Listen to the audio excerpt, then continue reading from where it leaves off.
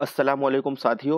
आज हम आपके लिए लेकर आए हैं टॉप 10 मोस्ट इम्पोर्टेंट क्वेश्चन लिसानियात के ताल्लुक से। ये वो 10 सवाल हैं जो बहुत ज़्यादा इम्पोर्टेंट हैं। आइए इसको शुरू करते हैं। सवाल नंबर 1 है, आर्यों और मकामी लोगों के दरमियान कौन-सी ज़ुबान या ज़ुबानें मुश्तरक थीं? तो सही जवाब है ऑप्शन सी, प्राकृत ज़ुबानें। अब सवाल नंबर 2 है, इनमें से कौन-सा दौर प्राकृतों का दौर कहलाता है?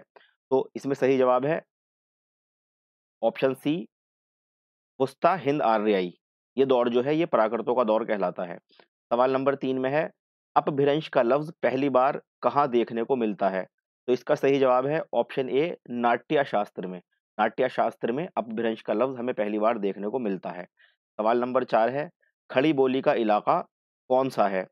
तो इसमें सही ऑप्शन है ऑप्शन बी। इसका सही जवाब है नवाहे दिल्ली से नवाहे मेरठ तक का जो इलाका है वो खड़ी बोली का इलाका माना जाता है। सवाल नंबर 5 में है, खड़ी बोली को हिंदुस्तानी और उर्दू को अदबी हिंदुस्तानी किस मुहक्किक ने कहा?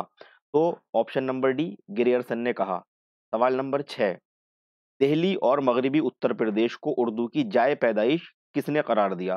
तो इसका सही जवाब है ऑप्शन बी, मसूद हुसैन खान ने। दिल्ली और गिरदो-नवाह जो दिल्ली का अतराफ है यानी वो मगरिबी उत्तर प्रदेश है, इसको मसूद हुसैन खान ने दिल्ली की उर्दू ज़ुबान की पैदाइश जो है वो करार दिया।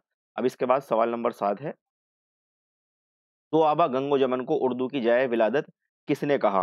तो सही जवाब है ऑप्शन सी, शौकत सब्ज़वारी ने।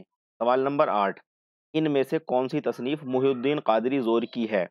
सही जवाब है ऑप्शन ए, हिंदुस्तानी लिसानियात। सवाल नंबर 9 में है, दास्तान ज़ुबान उर्दू किसकी तसनीफ़ है? तो ऑप्शन सी इसका राइट आंसर है शौकत सब्ज़वारी की। सवाल नंबर 10 में है, मारफ़ीमियात के ज़ैल में इनमें से किसका मुतालिया किया जाता है? तो ऑप्शन सी राइट आंसर है, लफ्ज़ का मुतालिया किया जाता है, इसको सर्फ़ियात भी कहते हैं। तो ये हमारे टॉप 10 मोस्ट इम्पोर्टेंट क्वेश्चन पूरे हुए। अब अगली वीडियो में फिर हम टॉप 10 अगली यूनिट के लेकर आएँगे। इसी के साथ हमें इजाज़त दीजिए। अल्लाह हाफ़िज़, फ़ी अमानिल्लाह, वस्सलामु अलैकुम व रहमतुल्लाह।